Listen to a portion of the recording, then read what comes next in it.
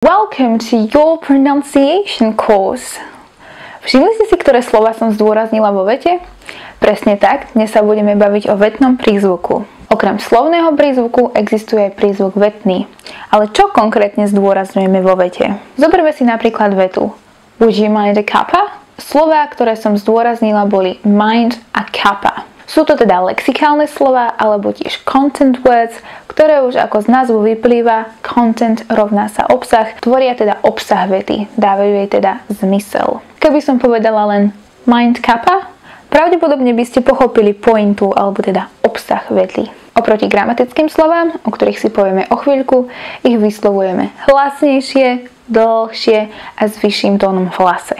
Lexikálnymi slovami môžu byť podstatné mená, lamb, day, Michael, v našom prípade to bolo kappa, prídavné mená funny, merry, conscientious, príslovky loudly, quickly, unfortunately, hlavné slovesá read, perceive, scurry, v našom prípade to bolo mind. Pozor, ak ide o frázové sloveso, tak sloveso má tzv. Sekundárny prízvuk, teda je hlasnejšie ako gramatické slova, ale tichšie ako slová lexikálne. Tá druhá časť slova, teda particle, väčšinou ho tvorí nejaká predložka, má prízvuk primárny. Ďalšie, ktoré tu máme, sú negatívne pomocné slovesá a negatívne modálne slovesá, ako napríklad won't, don't, couldn't. Opakom lexikálnych slov sú slova gramatické alebo tiež funkčné. Tie udávajú vete správnu gramatiku. Sú to teda pomocné slovesá, napríklad have, do, be, modálne slovesá can, should, must. Členy the, an, a, ktoré sme mali aj v našej vete. Zámená I, he, they, vo vete sme mali you. Predložky under, at, from, no a potom spojky and, but, because. Pozor, nie vždy musíme dodržovať tieto pravidlá. Niekedy nastanú aj situácie, kedy či už lexikálne alebo aj gramatické slovo budeme musieť zdôrazniť osobitne, aby sme predošli nedorozumeniu. Zoberme si napríklad vetu She ordered Thomas to pick up the apples. Takto to znelo neutrálne, ale môžeme tiež povedať She ordered Thomas to pick up the apples. Ona mu to povedala, nie niekto iný. She ordered Thomas to pick up the apples. Prikázala mu to, nemal možnosť povedať nie. She ordered Thomas to pick up the apples. Prikázala to Tomášovi, nie niekomu inému. She ordered Thomas to pick up the apples. Prikázala mu ich pozbierať, nie s nimi robiť niečo iné. She ordered Thomas to pick up the apples. Prikázala mu pozbierať jablká, nie iné ovocie. Pri hovorení o vetnom prízvuku nemožno nespomenúť, že vetný prízvuk v anglickom jazyku je úzko spätý s rytmom. Anglický jazyk je definovaný ako stress-timed language, čo znamená, že prízvuk vo vete sa uskutočňuje v pravidelných intervaloch a po druhé, čas medzi jednotlivými prízvučnými slabikami je rovnaký, bez ohľadu na to, koľko neprízvučných slabík sa medzi nimi nachádza.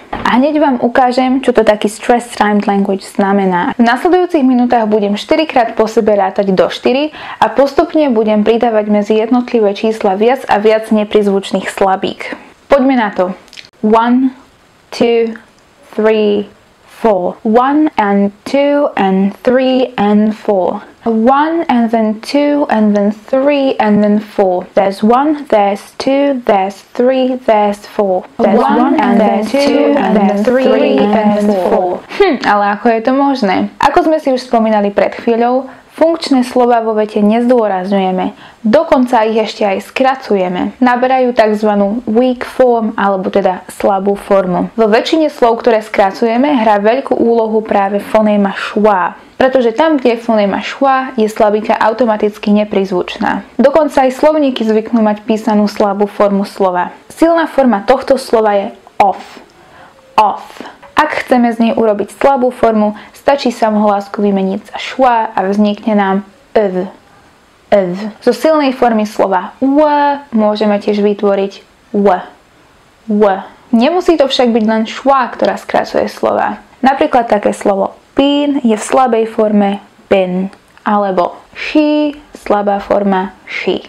Okrem teda stress-timed jazyka alebo stress-timed language, prepáčte, že to hovorím po anglicky, ale toto slovo je nepriložiteľné, existujú ešte dva typy: moral-timed language a syllable-timed language. Aby sme si to v rýchlosti a ako sa hovorí po lopate vysvetlili, syllable-timed a moral-timed language znejú ako mašiny, doslova ratatatatatatatata, kdežto stress-timed language je skôr taký nadnesený, taký v syllable-timed jazykoch dávame každej slabike približne rovnaký čas.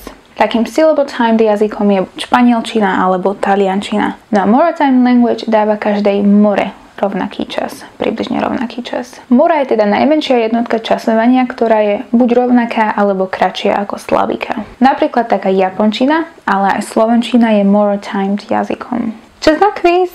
Z nasledujúcich vied rozdielte slova na lexikálne, teda tie, čo zdôrazňujeme, a na gramatické alebo tiež funkčné, teda tie, ktoré nezdôrazňujeme. Taktiež vám veľmi odporúčam opakovať tieto vety po mne. Veta číslo 1.